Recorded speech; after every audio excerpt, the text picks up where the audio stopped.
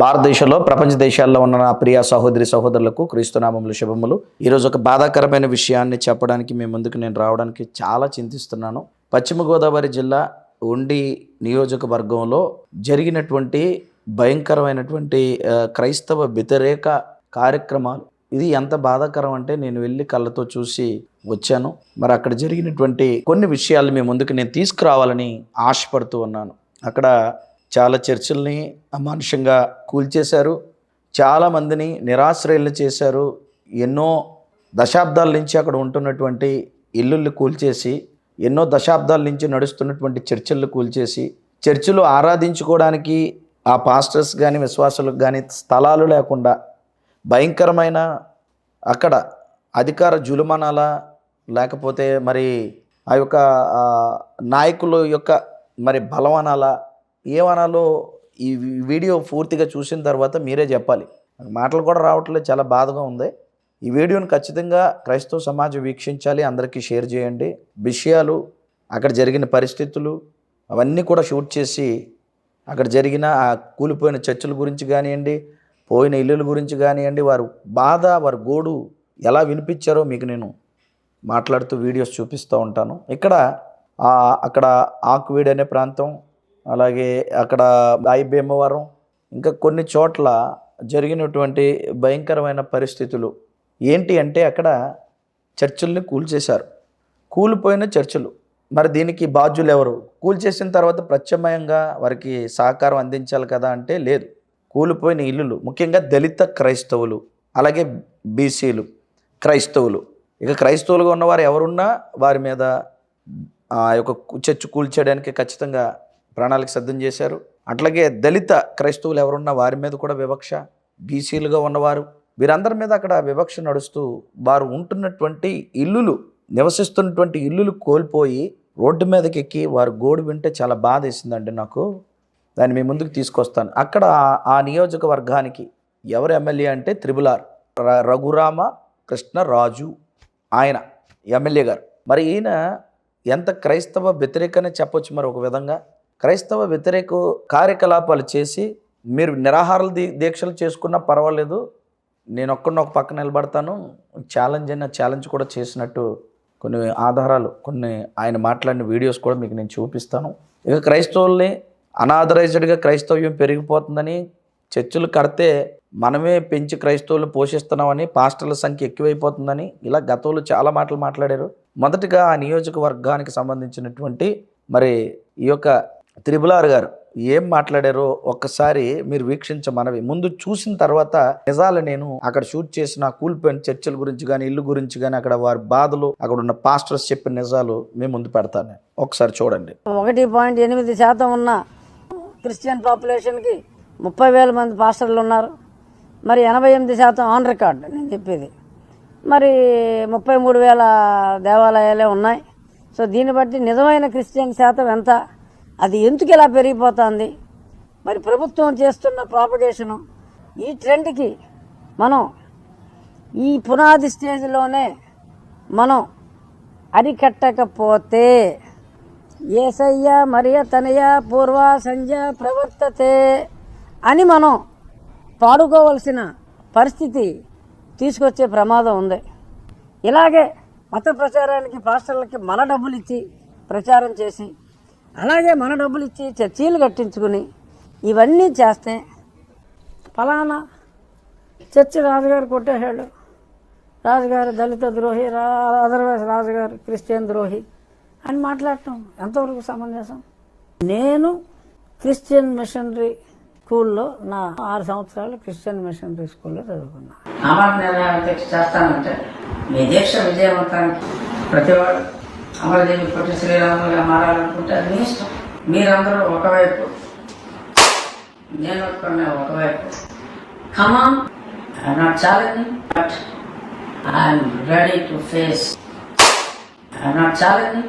I'm ready to face. చూసారు కదండి triple R గారు ఏం మాట్లాడారో. మీరు అందరూ ఒక పక్క ఉండి నిరాహార దీక్ష చేసిన ఒట్టి శ్రీరాముల్లాగా మీరు చరిత్రలో మిగిలిపోతారు, నేను ఒక్కడిని ఒక పక్కే ఉంటాను. పైగా ఇక్కడ ఏమంటున్నాడంటే ఆయన అడ్డొస్తే అభివృద్ధికి అంటున్నాడు. నిజంగా ఆ నియోజకవర్గానికి మీరు నిజంగా చూస్తున్న క్రైస్తవ సమాజమా, క్రైస్తవ పెద్దలారా, క్రైస్తవ నాయకులారా, ఉండి మండలాన్ని మీరు దర్శిస్తే రోడ్లు సరిగా లేవు. రోడ్లే సరిగా వేయకపోతే ఇక అభివృద్ధి ఏముంటుందండి అక్కడ. రోడ్డు పక్కన ఎప్పుడో కొన్ని దశాబ్దాల నుంచి నివసిస్తున్నటువంటి ఇల్లులు కూలగొట్టేశారు, చర్చిళ్ళు పడగొట్టేశారు. చర్చిల మీద మరి ఎందుకింత అక్కసో, క్రైస్తవ సమాజం అంటే ఎందుకింత అక్కసో ఆ త్రిబుల్ ఆర్ గారికి. ఏం సార్ ఏం చేశారు సార్ క్రైస్తవులు? మీకు ఎంత అక్కసేట్ అండి మీకు? అమాయకులు సార్.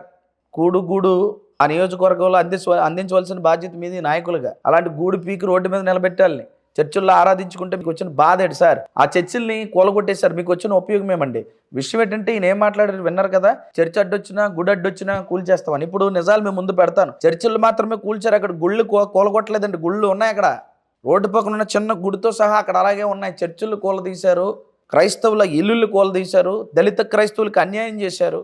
ఎంత దారుణం మరి ఎక్కడైనా జరిగి ఉంటుందా అంటే కేవలం ఇప్పుడున్న పరిస్థితులు మనం చూస్తే కేవలం పశ్చిమ గోదావరిలో ఉన్నటువంటి ఉండి నియోజకవర్గంలో మాత్రమే ఇది జరగడం చాలా బాధాకరమైన విషయం. మరి ఇక్కడ ఏం జరిగింది, నేను వెళ్ళి ఏమేమి వారితో మాట్లాడిన విషయాలన్నీ చూడండి. చూసిన తదుపరి మీరే నిర్ణయం తీసుకోండి. తీసుకున్న తర్వాత దీన్ని అందరికీ షేర్ చేయండి. ఆ క్రైస్తవులు పడుతున్న బాధ, వేదన, దుఃఖము అందరూ అర్థం చేసుకోండి. మరి మరొక మణిపూర్, నేను మొన్న 2 సంవత్సరాల క్రితం జరిగినవన్నీ మనం చూసాం. మణిపూర్ పరిస్థితులన్నీ ఇప్పుడు మరొక మణిపూర్ లాగా నాకు అనిపించింది. అక్కడికి వెళ్ళిన తర్వాత మరలా మన ఆంధ్రాన్ని కూడా ఒక మణిపూర్ చేయాలని కంకణం కట్టుకొని నాయకులు, మరి ఈ నాయకులతోటి ఉన్నవారు మరి ఏమనుకుంటున్నారో తెలియదు. కానీ క్రైస్తవ్యానికైతే గడ్డుకాలం నడుస్తుంది. క్రైస్తవ సమాజమా ప్లీజ్ మేలుకోండి, క్రైస్తవ పెద్దలారా ప్లీజ్ మేలుకోండి, క్రైస్తవ నాయకులారా మేలుకోండి. ఉండి నియోజకవర్గంలో జరుగుతున్న ఈ అమానుషాన్ని ఆపడానికి ప్రతి ఒక్కరూ కదలిరండి, తరలిరండి. మీ మద్దతు అక్కడ ఉన్నటువంటి క్రైస్తవ సేవకులకి, అక్కడ క్రైస్తవ పెద్దలుగా ఉన్నవారికి, అక్కడ క్రైస్తవులకి, దళిత క్రైస్తవులకి, ఆ నియోజకవర్గంలో జరుగుతున్న అన్యాయ అక్రమాలకి ఖచ్చితంగా మనం అందరూ మద్దతు తెలియజేయాలని వారి తరపున మీకు నేను పిలిపిస్తున్నాను. తప్పకుండా వారిని కాంటాక్ట్ చేయండి, వారిని కలవండి, వారికి సపోర్ట్ చేయండి. నేను కూడా వెళ్ళాను, ఖచ్చితంగా నేను వారికి సపోర్ట్ చేస్తున్నాను. పెద్ద ఎత్తున దీని మీద ఒక మంచి కార్యక్రమం చేయాలి. జరిగిన అన్యాయాన్ని ప్రభుత్వానికి తెలియజెప్పాలి. మరి ఖచ్చితంగా చంద్రబాబు నాయుడు గారు మాట ఇచ్చారు, ఏమన్నా తెలుసా? క్రైస్తవుల మీద ఏది జరిగినా, క్రిస్మస్లో చెప్పారు ఆయన, క్రైస్తవులకి ఏది జరిగినా, అన్యాయం జరిగితే నేను ఇమ్మీడియట్గా నేను స్పందిస్తానని కూడా చెప్పడం జరిగింది. వీటన్నిటి కొరకు మనం ప్రార్థిద్దాం, తప్పకుండా స్పందిద్దాం. నిమ్మకి నీరెత్తినట్టు ఉండకండి. క్రైస్తవ సమాజమా మేలుకోండి, మరలా చెప్తున్నాను మేలుకోండి. మేలుకోకపోతే ఎంత నష్టపోతామో, ఇన్సిడెంట్ ఇక్కడ జరిగిన విషయాలు, వాళ్ళ బాధలు, వాళ్ళ గోడు వింటే మీకు అర్థమవుతుంది. మరి నేను సెలవు తీసుకుంటున్నాను, అవన్నీ చూడండి. మీరు చూసిన తర్వాత తదుపరి మీరు ఏ నిర్ణయం తీసుకుంటారో కింద నా ఫోన్ నెంబర్ ఉంటుంది, నాకు ఫోన్ చేస్తే మిగతా విషయాలు మీతో నేను మాట్లాడతాను. లేదంటే నా వాట్సాప్ నెంబర్కి మీ యొక్క మెసేజ్ పంపితే మీకు విషయాలు తెలియజేస్తాను. Thank you. ఏం జరిగిందో ఒకసారి మనసుతో చూడండి, కళ్ళతో కాదు, మనోనేత్రాలతో వీక్షించండి. కళ్ళతో చూసి ఏదో స్కిప్ చేసుకొని వెళ్ళిపోకండి. మనసుతో చూడండి, మనోనేత్రాలతో చూడండి, ఆలోచించండి. విజ్ఞానం కలిగిన క్రైస్తవులుగా, పోరాట పటిమ కలిగిన క్రైస్తవులుగా, ఐక్యత కలిగిన క్రైస్తవులుగా, ఆ సహోదరుల మీద ప్రేమ కలిగిన క్రైస్తవులుగా మనం ఏం చేద్దామో నిర్ణయం మీకే విడిచిపెడుతున్నాను. మరి వీక్షించండి. అందరికీ ప్రభువైన యేసుక్రీస్తు నామములో శుభాభివందనాలు. ఇప్పుడు ప్రజెంట్ మనం తూర్పుగోదావరి జిల్లా మరి ఉండి మండలంలో ఉన్నాము. అక్కడ జరిగినటువంటి పరిస్థితులు, పర్యవసనాలు వీక్షించడానికి, సహోదరుల దగ్గరికి, అక్కడ జరిగిన కార్యక్రమాలు చూడడానికి మనం ఇక్కడికి రావడం జరిగింది. ఆ ప్రదేశానికి మనం వచ్చాము. ఒకసారి చూడండి, అదంతానా చూశారు కదా. ఇక్కడ జరిగినటువంటి విషయాలు, చర్చుల్ని మరి పడగొట్టారు. మరి వాటి విషయమై మీకు కొన్ని విషయాలు నేను తెలియజెప్తాను. వారిని కలిసి వారితో మాట్లాడడం జరిగింది. ఎక్కడొక చర్చిని, ప్రదేశంలో ఎక్కడొక చర్చిని కూడా తీసేయడం జరిగింది. ఇది రెండో చర్చు. మరి ఎక్కడికి ఏంటి, ఐబేమవరం ఏరియాలో ఇదొక చర్చ్. ముందు ఒకటి చూశారు, ఇది రెండోది. ఐబేమవరంలో ఈ యొక్క రెండో చర్చి, ఖాళీ ప్లేస్లో ఉన్న చర్చిని మరి తీసివేయడం జరిగింది. ఈ ఖాళీ ప్లేస్లో అక్కడ చర్చ్ ఉంటే 100 అడుగులకు అవతల ఉన్న చర్చిని కూడా, ఆ లోన్ ఉండే చర్చిని కూడా తీసేశారు. ఐబేమవరంలో ఇక్కడ ఉన్నటువంటి మరి స్థానిక సేవకులు, అక్కడ పాస్టర్ గారి మధ్యలో ఉన్నారు, మీరు చూస్తున్నారు కదా. ఆయన ఆశ గారు మీ పేరండి? మేక అబ్రహాం గారు. అది చూస్తున్నారు కదండి, ఆయనదే చర్చ్. అక్కడ పడగొట్టారు. ఎక్కడ సార్? దూరం అదే కదా, మధ్యలో ఉండే చర్చ్ అండి, తీసేశారు. 6 సెంట్ల స్థలంలో చర్చ్ తీసేసి ఇక తిరిగి మరలా ఆయనకి ఎదర స్థలంతో కలిపి 6 సెంట్లు తీసేశారు చర్చిని. విషయం ఏంటంటే ఈ చర్చికి వచ్చే వాళ్ళందరూ కూడా క్షత్రియ వర్గానికి సంబంధించిన వాళ్ళు దేవుని ఆరాధిస్తున్నారని, ఇక్కడ వర్గానికి సంబంధించిన వాళ్ళు రాకూడదని ఉన్న ఎవరైతే రామకృష్ణరాజు కానీ వాళ్ళ బాబాయ్ మేసాలరాజు గారు, బాబురాజు గారు కానీ పట్టుదలతో తీయించి మొక్కలు వేయించారు తప్ప ఏం కాదండి. క్రీస్తుని ఆరాధిస్తున్నారనే నెపంతో ఇక్కడ ఎక్కువ క్షత్రియ కమ్యూనిటీకి చెందిన వారు ఎక్కువ మంది యేసుక్రీస్తుని అంగీకరించి వస్తున్నారని చర్చ్ బాడీ మెంబర్స్, పైగా విశ్వాసులు చాలామంది యేసుక్రీస్తుని ఎరుగు వస్తున్నారు, క్షత్రియ కమ్యూనిటీ నుంచి వస్తున్నారని కొంతమంది ఇక్కడ రాజకీయ నాయకులు. పూర్తిగా బాడీ అంతా కూడా అసలు ఈ చర్చిలో మొత్తం క్షత్రియ కమిటీ ఉండేవారట, కమ్యూనిటీ అంతా. మరి ఆ కమిటీలో ఉన్నవారు, ఆ కమ్యూనిటీలో ఉన్నవారు కూడా మరి ఆ క్షత్రియ కమ్యూనిటీ నుంచి వచ్చిన వారు కాబట్టి వారు మాట్లాడడం, వారు చక్కగా ప్రభు కోసం రావడం, పాడడం అవన్నీ వారికి నచ్చలేని పరిస్థితుల్లో కొంతమంది ఇక్కడ రాజకీయ నాయకుల ఒత్తిడితో ఈ చర్చను తీసివేయడం జరిగింది. దీనికి న్యాయం చేయాలని మనందరూ ప్రార్థిద్దాం. తప్పకుండా ప్రభుత్వానికి విషయం తెలియజేద్దాం. అందరికీ నమస్కారం అండి. మాట్లాడేది మీ రాజేష్ ఖన్నా. ఉండి నియోజకవర్గం ఐబీఎంఆర్లో ఐబీఎంఆరం వచ్చానండి నేను. ఐబీఎంఆర్లో మెయిన్ రోడ్లో కరెక్ట్గా ఐబీఎంఆర్లో ఉన్నానండి. గత కొద్ది రోజులుగా ఉండి నియోజకవర్గంలో మన త్రిపులార్ గారు రోడ్డు పక్కన ఉన్నటువంటి చర్చిలు ఏవైతే ఉన్నాయో, నివాస గృహాలు ఏవైతే ఉన్నాయో అవన్నీ కూడా కూల్చేయడం జరుగుతుంది. దాని మీద మేము పోరాటం చేస్తున్నాం కొంతకాలం నుంచి. సబ్స్క్రైబర్స్కి, ప్రేక్షకులకి అందరికీ తెలిసిన విషయమే. అయితే రఘురామకృష్ణరాజు గారు ఈ మధ్యకాలంలో నేను చర్చిలే కాదు ఏది ఉన్నా సరే నేను తీసుకుంటూ పోతాను, అన్ని పడగొట్టేసుకుంటూ వెళ్ళిపోతాను అని చెప్పేసి ఆయన వ్యాఖ్యానించారు. ఆ వ్యాఖ్యలకి నిదర్శనంగా నేను నియోజకవర్గం అంతా తిరుగుతున్నాను. అందులో భాగంగా ఐబీఎంఆర్ వచ్చాను. ఐబీఎంఆర్లో రోడ్డు పక్కనే ఇదే మెయిన్ రోడ్లో రోడ్డు పక్కనే టెంపుల్, హిందూ టెంపుల్ అండి. ఇది శివాలయం అండి. ఇది ఇదిగోండి శివాలయం అండి. రోడ్డు పక్కన ఉన్న శివాలయం ఇది. ఈ శివాలయం పడగొట్టలేదు. దీనికి ఒక 100 అడుగుల దూరంలో అబ్రహాం గారి చర్చ్ అని ఉంది. అబ్రహాం గారి చర్చ్ ఉంది. పాపారావు గారి చర్చ్ అని ఉంది. అబ్రహాం గారి చర్చ్ అని ఉంది. అబ్రహాం గారి చర్చ్ ఇదే రోడ్లో 1/2 కిలోమీటర్లో ఉంది. అబ్రహాం గారి చర్చ్ పడగొట్టేశారు. 1/2 కిలోమీటర్ దూరంలో ఉన్నటువంటి శివాలయం రోడ్డు పక్కనే ఉంది. శివాలయం మరి రఘురామకృష్ణరాజు గారికి కానీ అధికారులకు కానీ మరి శివాలయం అని తెలియట్లేదు, లేకపోతే పడగొట్ట చెప్పలేదో తెలీదు. నేను ఈ విషయం తీవ్రంగా ఖండిస్తున్నాను. ఈ శివాలయానికి దగ్గరలో ఉన్న అబ్రహాం గారు అండి, పాస్టర్ అబ్రహాం గారి చర్చి శివాలయంకి 1/2 కిలోమీటర్ దూరంలో ఇదే కాలగొట్టుంది. ఇంచుమించుగా 150 మంది 200 మంది విశ్వాసులు ఉన్నారు. నిర్దాక్షిణ్యంగా ఆ చర్చిని కూల్చేశారు. దానికి ఆనుకున్న శివాలయం ఏం ముట్టుకోలేదు. చాలా వివక్షత, ఇది చాలా వివక్షత అండి. ఇది పాపారావు గారు ఒకసారి మీరు పాస్టర్ గారు ఏనండి హ్యాండిక్యాప్డ్ పాపారావు గారు నడిపించిన చర్చు, అక్కడ కూల్చున్న చర్చు. రండి సార్, మీరు రండి అల్లుతున్నాను. సరే బండి ఇలా చెప్తుండ్రండి.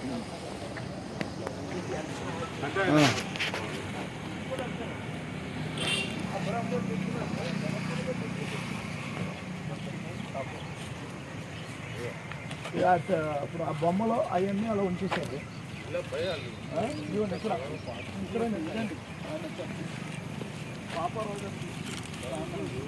రానా ఇది పాపారావు గారి చర్చ్ అండి. ఇది పాపారావు గారి చర్చ్ అండి. ఇదిగోండి, ఇది హైవేకి ఏమాత్రం సంబంధం లేదండి చర్చి.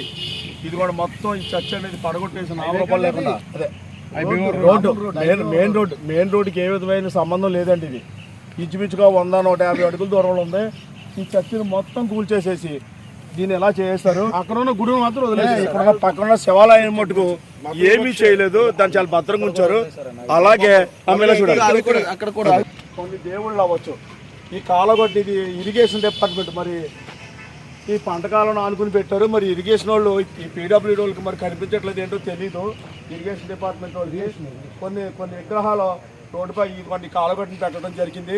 మరి ఇట్లను కూడా ముట్టుకోలేదు. అయితే మేము ఇట్లా కించపరచట్లా, మేము కించపరచట్లేదు, మేమేం అవమానపరచట్లేదు. ఉండడం వల్ల మాకేం అది ఉండటం వల్ల కూడా మాకు ఇబ్బంది ఏమీ లేదు.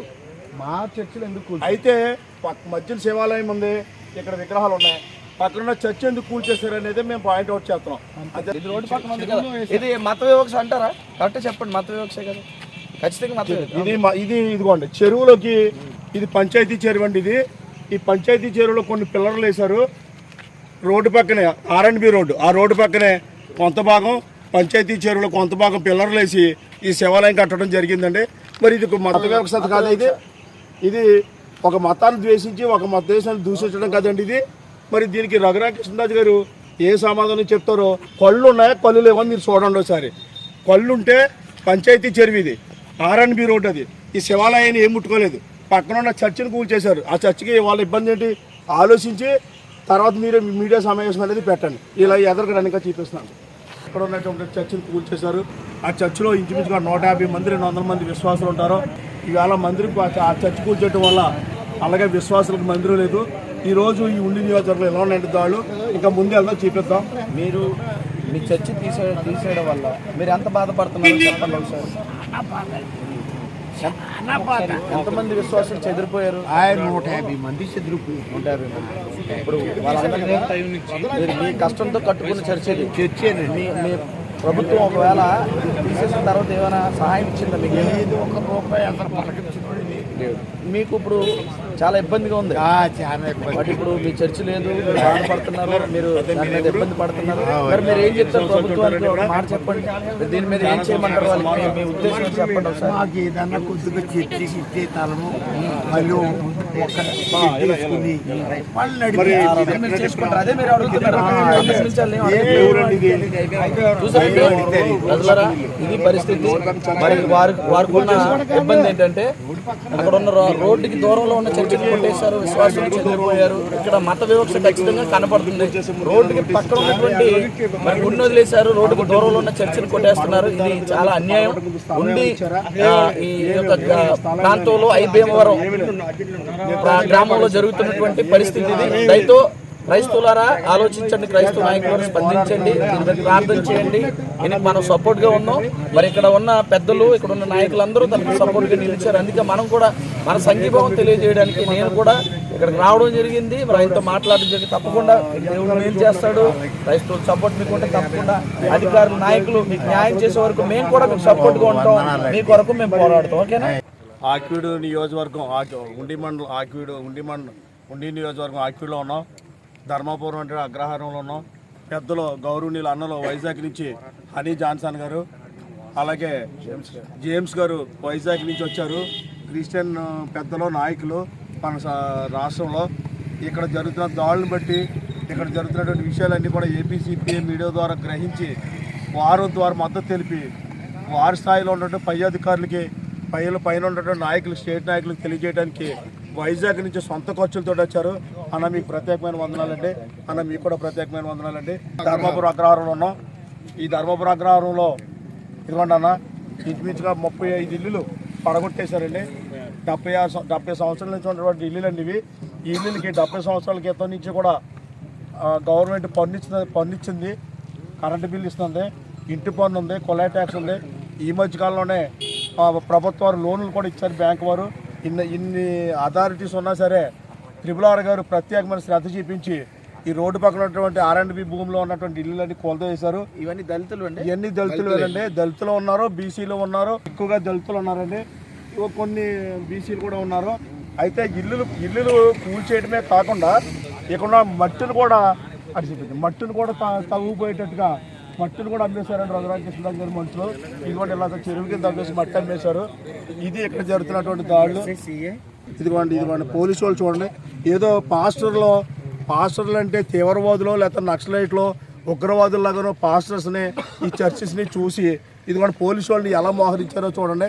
పాస్టర్లు అంటే తీవ్రవాదులు అనుకుంటున్నారా, లేదా ఉగ్రవాదులు అనుకుంటున్నారా, నక్సలైట్లు అనుకుంటున్నారా అర్థం కావట్లేదు. ఈ అధికారులు, నాయకులు అవ్వట్లేదు కదా, అసాంఘిక కార్యక్రమాలు. అసలు ఈ పోలీసు వాళ్ళు చూడండి, ఈ పోలీసు వాళ్ళు ఈ మందిరాల దగ్గర ఉంటాం, అది దేనికి నిదర్శనం అనేది తెలియట్లేదు.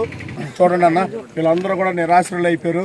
వీళ్ళు అమ్మ మాట్లాడిన అన్న వైజాగ్ నుంచి వచ్చారు, మన కమ్యూనిటీ నాయకులు పెద్ద అమ్మ. ఇదిగోండి అమ్మా ఏం జరిగింది అక్కడ? ఇక్కడ ఏం జరిగిందమ్మా? ఇక్కడ ఏం జరిగిందంటే అండి, మాకు నోటీసులు ఇచ్చి తీసేసారు. మేము ఎంత బతిమాలినా అలా ఒప్పుకోలేదండి. మాకైతే 100 సంవత్సరాల నుంచి ఉంటున్నారండి. అంటే మీ తాత ముత్తాతలు ఇచ్చి ఇక్కడ ఉంటారు? నాలుగో తరం కాడి తిరిగి ఎమ్మెల్యే గారి దగ్గరికి వెళ్ళి ఇలాగా ఆయన ద్వారా కొట్టించారండి. ఈ కోర్టులు ఇచ్చిన వాయిదా ఏంటంటే 11 ఏళ్ళకి ఇచ్చారంటండి. 11 ఏళ్ళకి ఇచ్చి మళ్ళీ 3 అలా కొట్టేసి వాళ్ళ మీద 3 సెంట్లు స్థలం ఇవ్వాలి, ఇల్లు కట్టేవాలని చెప్పారు. ఇచ్చారమ్మా? కోర్టులో అలా తీర్మానం చేశారు. మీకు ఇచ్చారా? మాకు ఇవ్వలేదండి.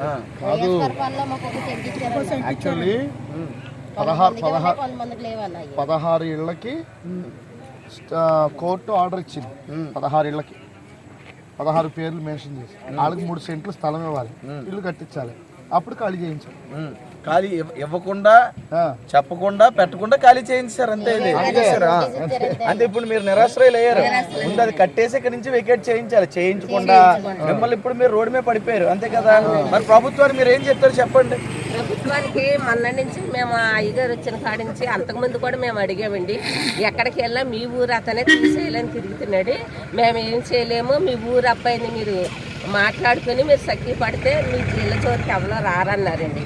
అయినప్పటికీ ఆయన దగ్గరికి 4-5 సార్లు వెళ్ళి కాళ్ళకి బతిమాలినా సరే ఆయన కౌన్సిలర్ గారు ఒప్పుకోలేదండి. ఒప్పుకోకుండా మొత్తానికి చేయించేశారండి. ఓకే, ఇప్పుడు మీ అందరూ దేవుడు నమ్ముకున్న అందరూ అంటే ఇక్కడ జరుగుతుంది ఏంటో మీరు అర్థమవుతుంది మీకు క్లియర్ గా. ఇక్కడ కుల వివక్ష, మత వివక్ష కొత్త వచ్చినట్టు కనపడుతున్నాయి. దళిత క్రైస్తవులకే అన్యాయం జరుగుతుంది. దళిత క్రైస్తవుల ఇల్లును కూల్చి మరి 100 సంవత్సరాల నుంచి ఇక్కడే బ్రతుకుతున్న వారిని నిరాశ్రయులు చేసి వారికి ఆ ఇల్లు ఒకవేళ తీసేస్తే కొత్త ఇంటిని కట్టి ఆ ఇంటిలోకి వారు వెళ్ళిన తర్వాత ఇది కూల్చాలి. కానీ వారిని రోడ్డు మీద నిలబెట్టి మరి ఇలాంటి పరిస్థితి చేసి వారి ఇల్లులు కూల్చేసి వారి నిరాశ్రయులు చేశారు.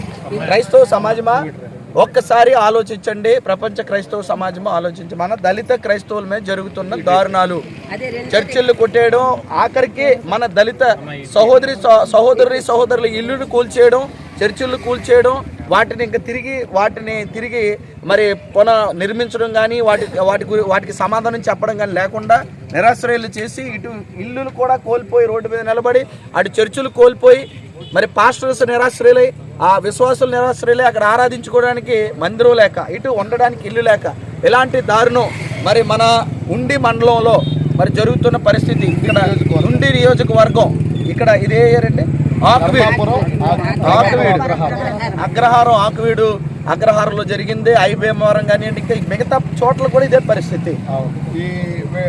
చిన్న మాట అండి, ఇప్పుడు 3 చనిపోయిన వ్యక్తులు వాళ్ళు దళితులేనండి. 3 చనిపోయారు. ఒకసారి చెప్పండి, దళితులేనా వాళ్ళు చనిపోయిన వాళ్ళు? అదే వాళ్ళు ఆ వ్యక్తులు ఎవరైతే చనిపోయారో, ఆ పెద్దలు ఎవరైతే చనిపోయారో వాళ్ళు 3 దళితులు. నోటీసులు ఇవ్వడం బట్టి మనోవ్యాధితో ఒక అమ్మాయి ఉండేదండి, భర్తని వదిలేసింది, 2 పిల్లలతో ఉన్నది. పిల్లలకి పెళ్ళిళ్ళు అయిపోయినాయి. చిన్న పిల్లలు వాళ్ళ కొడుక్కి, కూతురు కూడా చిన్న పిల్లలు. ఇదే స్థలం అండి, ఇక్కడ ఇల్లు కష్టపడి కట్టుకున్నారు. ఒకసారి కూడా నోటీసులు పంపారన్నటువంటి మనోవ్యాధితో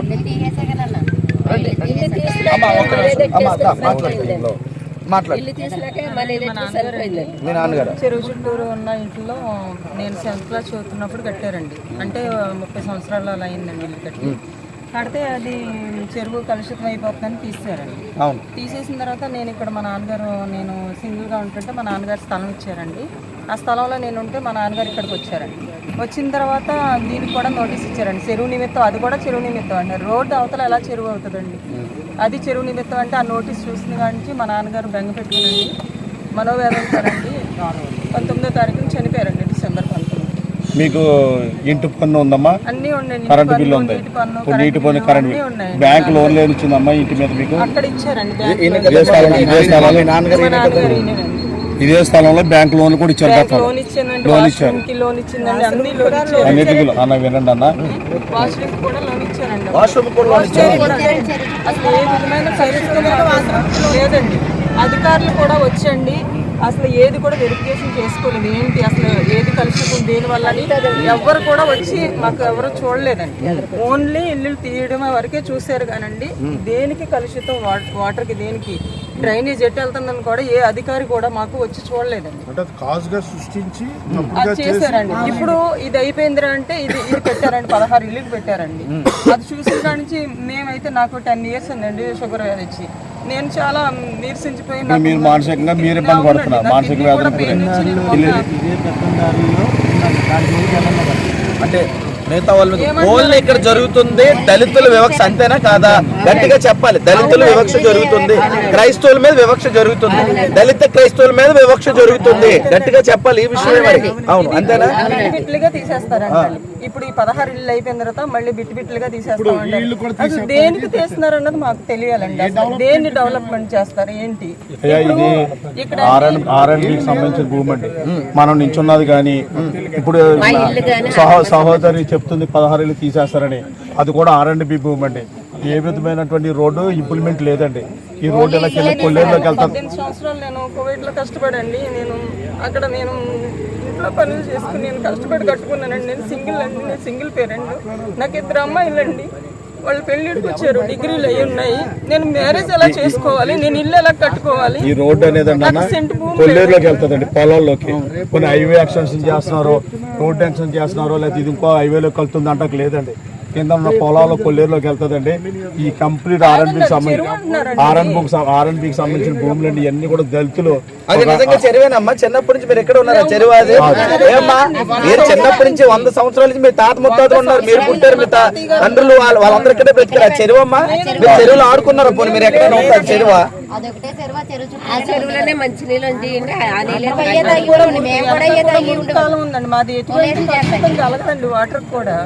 అంటే ఇక్కడ జరుగుతుంది ఏంటో ప్రజలారా, ఇక చెరువు అని సాకు చెప్పి దళిత క్రైస్తవుల మీద జరుగుతున్న దారుణాలు. ఇల్లులన్నీ క్రైస్తవులు దళిత క్రైస్తవులే తీసేసి, దళిత క్రైస్తవ సంఘాలని తీసేసి ఇలాంటి భయంకర పరిస్థితి యొక్క మరి ఉండి మండలంలో జరగడం చాలా బాధాకరం. ఉండి నియోజకవర్గంలో ఆకువీడి మండలంలో జరగడం చాలా బాధాకరమైన విషయము. ఆలోచించండి అన్న. ఇస్మాయిల్ అన్న ఒక్కసారి నిన్న ధర్నా చేశారు కదా, మీరు టవర్ కూడా ఎక్కారు. అన్నగారు ఇస్మాయిల్ అండి. మరి ఈయన నిన్న ధర్నా చేశారు పెద్ద ఎత్తున. ఇక్కడ నాయకులు పెద్ద ఎత్తున ధర్నా చేశారు. వీరికి న్యాయం జరగాలని, దళిత క్రైస్తవులకు న్యాయం జరగాలని. వారి ఇల్లుల్ని అమానుషంగా మరి కూల్చేసి వారిని నిరాశ్రయులు చేసి రోడ్డు ఎక్కిచ్చేశారు. అలాగే సంఘాలు కూల్చేశారు. అలాగే వివక్ష చూపిస్తున్నారు దళిత క్రైస్తవుల మీద. అట్లాగే మరి చాలా మందిరాలు, ఆరాధించుకున్న మందిరాలు కూల్చేసి ఇక వివక్ష చూపిస్తూ, ఇక్కడ మత వివక్ష చూపిస్తూ గుళ్ళు మాత్రం రోడ్లు పక్కనే ఉంచి రోడ్డుకి దూరంగా ఉన్న చర్చిలు కూల్చేసి వారి పాపం ఈ దళిత క్రైస్తవులు బ్రతుకుతున్న వారి యొక్క గూడుళ్ళు కూల్చేసి భయంకర పరిస్థితి ఇక్కడ ఈ యొక్క నియోజకవర్గంలో జరుగుతున్నప్పుడు వారందరూ కూడా ఆ నాయకులు, క్రైస్తవ నాయకులు అందరూ కూడా నిన్న ధర్నా చేయడానికి సిద్ధపడితే ఏం జరిగిందో చెప్పండి అన్న ఇస్మాయిల్ అన్న. యాక్చువల్లీ మేము శాంతియుత ర్యాలీకి పర్మిషన్కి పెట్టుకున్నాం. అంటే ఒక్క ధర్మాపురం అగ్రహారానికి సంబంధించిన అంశంలోనే కాకుండా నియోజకవర్గ వ్యాప్తంగా ఎస్సీ, ఎస్టీ, బీసీ కులాలలో పేదవారి యొక్క ఇళ్లను టార్గెట్ చేసి ఎమ్మెల్యే గారు కూల్చివేస్తున్నటువంటి పరిస్థితిని దృష్టిలో పెట్టుకుని, అంతేకాకుండా 7 ప్రార్థనా మందిరాలు మాకు బాధ అధికంగా ఎక్కడ కలిగింది అంటే మా ప్రార్థనా మందిరాల్ని కూల్చేశారు. ఇతర మత విశ్వాసానికి సంబంధించిన గుడులు మాత్రం ఉంచారు. అవి కూడా ఇదే పోరంబోకు, పంచాయతీ పోరంబోకు, ఇరిగేషన్ పోరంబోకులో ఉన్నవే. మందిరాలకు దగ్గరగా ఉన్న గుళ్ళు ఉంచారు, మందిరాలు కూల్చారు. ఆ బాధతో మేము ఈ ఉద్యమాన్ని ప్రారంభిస్తే అప్పుడు ధర్మాపురం అగ్రహారంలో అసలు వాస్తవాలన్నీ కూడా వెలుగులోకి వచ్చాయి. దళితులు ఇళ్ళు కూల్చేయడాన్ని బట్టి 3 దళిత బిడ్డలు చచ్చిపోయారు. అది స్థానికంగా ఉన్నటువంటి కొంతమంది నాయకులు కప్పిపుచ్చితే ఆ అంశాన్ని చంద్రబాబు నాయుడు గారి దృష్టికి తీసుకువెళ్ళాలి. ఇది ఖచ్చితంగా ఈ నియోజకవర్గంలో జరుగుతున్న అన్యాయం ప్రభుత్వానికి తెలియచేయాలన్న ఉద్దేశంతో శాంతియుత ర్యాలీని ప్రకటించినప్పుడు పోలీసు వారు ఆ ర్యాలీకి అనుమతి ఇచ్చినట్టు ఇచ్చి ఏం చేశారంటే రాత్రికి రాత్రి క్యాన్సిల్ చేసి తెల్లవారుజాము 4:30 గంటలకి మా నాయకుల ఇళ్ల దగ్గరికి 4 పోలీసులను పంపించి అందరినీ హౌస్ అరెస్టులు చేయించి ధర్మాపురం అగ్రహారం ఈ ప్రజల దగ్గరికి పోలీసు వారిని పంపించి జనాలు ఆ ధర్నా కార్యక్రమానికి రాకుండా అడ్డుకుంటున్న సందర్భాన్ని మేము చూసి ఇక మమ్మల్ని అందరినీ చెదరగొట్టే ప్రయత్నం ఈ రకంగా చేస్తున్నారు. ఎమ్మెల్యే గారు అసలు బయట ప్రపంచానికి విషయం తెలియనివ్వట్లేదు, మీడియాని చేతుల్లో పెట్టుకున్నారు, ఏ అంశం కూడా బయటకు తెలియనివ్వట్లేదని చెప్పి ఇక లాభం లేదు, నేనేమైపోయినా పర్వాలేదు, అసలు ఈ నియోజకవర్గంలో జరుగుతున్న అన్యాయం ఖచ్చితంగా యావత్ క్రైస్తవ్యం తెలుసుకోవాలి, అలాగే ప్రభుత్వం తెలుసుకోవాలి అని చెప్పి నేను ఇక నా మిత్రులు ఎవరికి చెప్పకుండా నాకు నేనుగా ఈ నిర్ణయం తీసుకుని సెల్ టవర్ ఎక్కేసాను. ఎందుకు ఎక్కాను అంటే ఖచ్చితంగా పోలీసు వారు మమ్మల్ని అడుగడుగున ఎమ్మెల్యే గారి ప్రోద్బలంతో అడ్డుకుంటున్నారు. ఎమ్మెల్యే గారు ఏం చెప్తే అది త్రిపులార్ గారు రఘురామకృష్ణరాజు గారు ఏం చెప్తే అది అధికారులు చేసే విధంగా వాళ్ళ యొక్క ఆలోచన విధానం ఉంది చూడండి. అందుకని ఇంకా మేము ఏం చేయాలో అర్థం కాక వెంటనే మా నాయకులందరినీ అరెస్ట్ చేశారని తెలుసుకుని ఇక ఖచ్చితంగా ఈ అంశం దేశవ్యాప్తంగా చర్చనీయం కావాలని చెప్పేసి ప్రాణానికి తెగించి నేను నా దళిత క్రైస్తవుల కోసం, నా క్రైస్తవ ప్రార్థనా మందిరాల కోసం, పేద బిడ్డల యొక్క ఇళ్ళు ఏ విధంగా అయినా నిలబెట్టాలి అన్న ఏకైక దృక్పథంతో పోతే నేను ఒక్కడిని పోతాను, కానీ ఎమ్మెల్యే దాష్టికం ఖచ్చితంగా రాష్ట్ర వ్యాప్తంగా చర్చనీయాంశం కావాలని చెప్పి సెల్ టవర్ ఎక్కానండి. ఓకే, ఇప్పుడు మీరు చేసిన ధర్నా నిన్న ఆటంకపరిచారు, మిమ్మల్ని అందరినీ కూడా హౌస్ అరెస్ట్ చేశారు, బాగానే ఉంది. ఇప్పుడు మరలా మీ నాయకులందరూ కలిసి నెక్స్ట్ మరి దేశవ్యాప్తంగా లేదా రాష్ట్ర వ్యాప్తంగా ఈ ఉండి నియోజకవర్గంలో పెద్ద ఎత్తున మనందరం కూడా మరి నిరసన ర్యాలీ తెలియజేయడానికి మీరు సిద్ధంగా ఉన్నారా? దానికి ఏమైనా కార్యాచరణ చేస్తారా? ఇప్పుడు ఈ కార్యాచరణ ఇంతటితో అయిపోలేదు. అధికారులు ఈ ప్రార్థనా మందిరాలకి, ఈ పేదల ఇళ్ళకి ఏదో వాళ్ళ యొక్క ఆలోచన చెప్తామని చెప్పారు. ఒక వారం రోజులు గడువు ఇచ్చారు.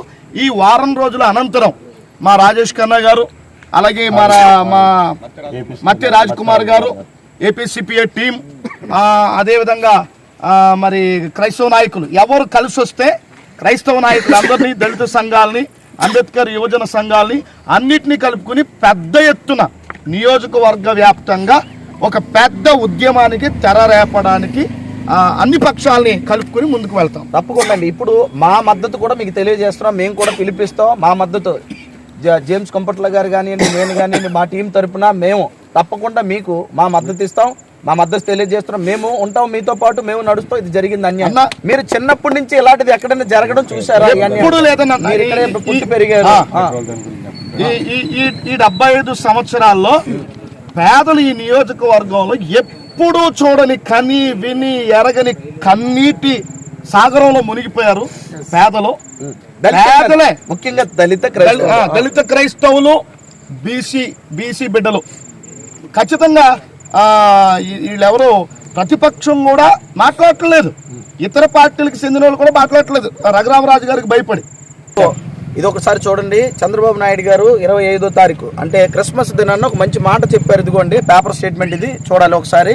ఇక్కడ ఏం చెప్పారంటే క్రైస్తవుల భద్రత గౌరవానికి భంగం కలగనివ్వం.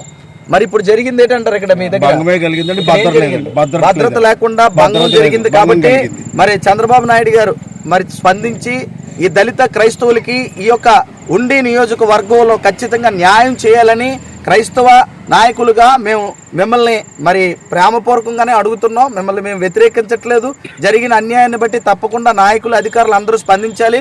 ఉండిలో భారీ ఎత్తున మరి సహోదరుల పిలుపు మేరకు ఖచ్చితంగా ఒక దినాన్ని మేము ప్రకటిస్తాం. మీ అందరికీ కూడా ఆహ్వానం పలుకుతాం. 2 తెలుగు రాష్ట్రాలతో పాటు మరి అందరు క్రైస్తవులు, అందరు క్రైస్తవ నాయకులు, పెద్దలు తప్పకుండా ఉండి నియోజకవర్గంలో జరగబో మరి ఆ పెద్ద నిరసన ర్యాలీకి అందరూ పాల్గొనడానికి సిద్ధపడండి మీ అందరికీ తెలియజేస్తూ వారి కోసం ప్రార్థన చేయండి. వారి పక్షాన మనం నిలబడదాం. ఇలాంటి వారికి న్యాయం జరగాలి. గూడు లేదు వారికి, మరి అలాగే చర్చలు లేవు, చాలా వారి మరణాలకు కూడా మనం సంఘీభావం తెలియజేయాలి. వారి మరణాలు ఎందుకు జరిగాయో ప్రభుత్వాలు ఖచ్చితంగా వారికి మరి న్యాయం చేయాలి. ఇల్లు కోల్పోయిన వాళ్ళకి ఇల్లు ఇవ్వాలి.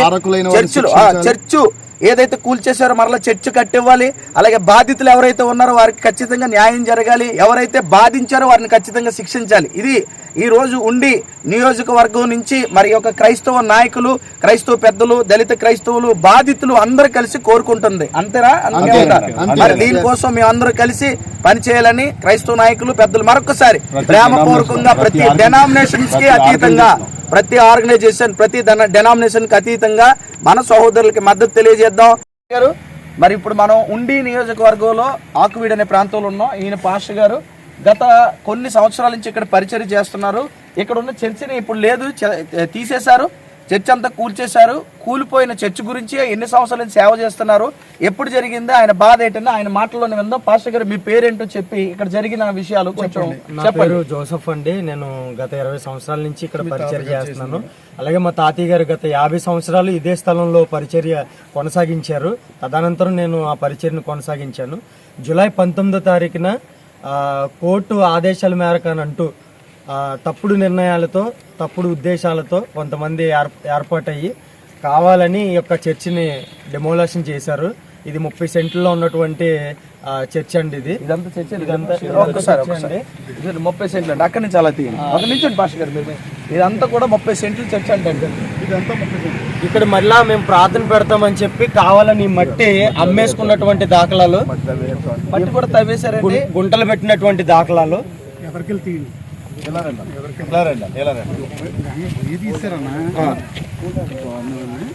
ఇదిగోండి, చర్చ్ కూల్చేయడమే కాకుండా ఇక్కడ 60-70 సంవత్సరాలు ఉన్నటువంటి చేస్తున్నారా చూపించండి. ఇలా నాకు చూపించండి. ఇదిగోండి, ఇక్కడ చర్చ్ కూల్చేయడమే కాకుండా 60-70 సంవత్సరాలు ఉన్నటువంటి చర్చిని కూల్చేసి రఘురామకృష్ణరాజు గారి మనుషులు మట్టిని కూడా తవ్వుకుపోయారండి. ఇదిగోండి, తాళ్ళలోతు తవ్వేసి మట్టి కూడా పట్టిపోయారండి. ఇదే ఇదిగోండి పాస్టర్ గారు. చెప్పండి పాస్టర్ గారు, ఇక్కడ ఇదంతా ఏముండే చెప్పండి ఒకసారి. ఇక్కడ చర్చ్ ఉండేదన్న, ఇదంతా 30 సెంట్లో చర్చ్ ఉండేది. చుట్టూరు హౌసెస్ కూడా ఉండేవి. హౌసెస్ ఉండేవి. ఇంకా ఆ రోజు జరిగింది ఏంటంటే పోలీసులు రోడ్డుకి అడ్డంగా రూప్ కట్టి దీన్ని ఎందుకు డిమోలేషన్ చేస్తున్నారు, మీ దగ్గర ఏ ఆధారాలు ఉన్నాయి మాకు చెప్పండి, మాకు చూపించండి అని అంటే కనీసం పోలీసుల బృందం కానీ, కమిషనర్ గారు కానీ, ఎంఆర్ఓ గారు కానీ ఎవరు కూడా స్పందించి దీనికి సంబంధించిన ఆధారాలు కూడా మాకు చూపించలేదు. ఇదే నెంబర్లో, ఇదే పోరంబోక్లో వేరే టెంపుల్ ఉంది, దాన్ని తీయమని మా ఉద్దేశం కాదు. కానీ దీన్ని ఎందుకు కూలుస్తున్నారు, దాన్ని ఎందుకు తీయట్లేదు అని అంటే దానికి కోర్టు ఇవ్వలేదని చెప్పి మాట్లాడుతున్నారు. ఇదే జీవో దీనికి వర్తించినప్పుడు దానికి ఎందుకు వర్తించదు? అదే జీవో మరి దానికి ఎందుకు వర్తించలేదు అనేది నా బాధ అండి. ఈ చర్చిలో ఎంతమంది వచ్చేవారు? సుమారుగా 200 మంది కూడుకునేవారండి. 200 మంది కూడుకునేవారు. అంటే మీ ముందు తరాల వారు కూడా నడిపిస్తున్నారు. మరి అప్పుడు ఇప్పుడు లేదు, ఇప్పుడు ఎందుకు వచ్చింది అది ఒకసారి చెప్పండి. అది అంతకు ముందు తాతయ్య గారు ఉన్న కాలంలో చాలా మంది ఎమ్మెల్యేలు వచ్చారు, చాలా మంది రాజకీయవేత్తలు వచ్చారు, కానీ ఎవరు కూడా ఇలాంటి ఇబ్బందులు మమ్మల్ని పెట్టలేదండి. అంటే రోడ్ వేస్తామని చెప్పారు. లేదు సార్, ఎలాంటి అభివృద్ధి కూడా ఫ్యాక్టరీస్ ఉన్నాయా? ఫ్యాక్టరీస్ ఏం లేవు సార్. ఏమైనా బస్సు బస్సు కూడా లేదు సార్. అంటే ఏమి లేకుండా ఏం డెవలప్మెంట్ చేయడానికి తీశారు? చర్చిలోకి వచ్చి ప్రేయర్ గా చేయించుకునేవారండి ఎమ్మెల్యేస్. అవునండి, ఇదే చర్చ్ మీరు అన్నారు కదా మట్టి తీసేస్తారని. మట్టి ఈ పొలిటికల్ వాళ్ళు ఎందుకు చేస్తారంటే అసలు ఇక్కడ ఏమీ లేవని ఆధారం కొరకు గ్రౌండ్ వర్క్ తీస్తారు. ఇదే విషయం.